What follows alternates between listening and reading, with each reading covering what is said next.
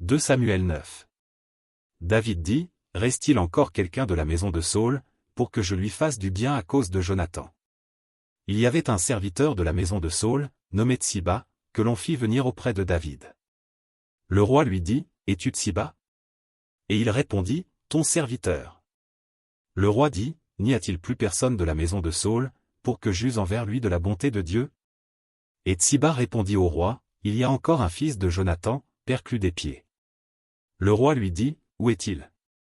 Et Tsiba répondit au roi, il est dans la maison de Makir, fils d'Amiel, à Lodbar.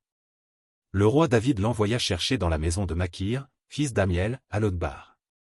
Et Mephibosheth, fils de Jonathan, fils de Saül, vint auprès de David, tomba sur sa face et se prosterna. David dit, Mephibosheth. Et il répondit, voici ton serviteur. David lui dit, ne crains point, car je veux te faire du bien à cause de Jonathan, ton père. Je te rendrai toutes les terres de Saül, ton père, et tu mangeras toujours à ma table. Il se prosterna, et dit, qu'est ton serviteur, pour que tu regardes un chien mort, tel que moi.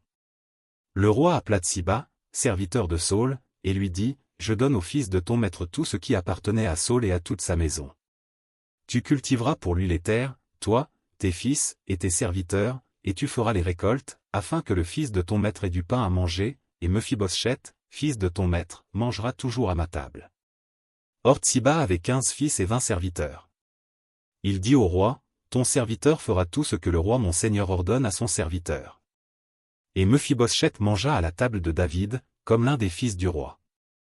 Mephibosheth avait un jeune fils, nommé Mika, et tous ceux qui demeuraient dans la maison de Tsiba étaient serviteurs de Mephibosheth. Mephibosheth habitait à Jérusalem, car il mangeait toujours à la table du roi. Il était boiteux des 2 pieds.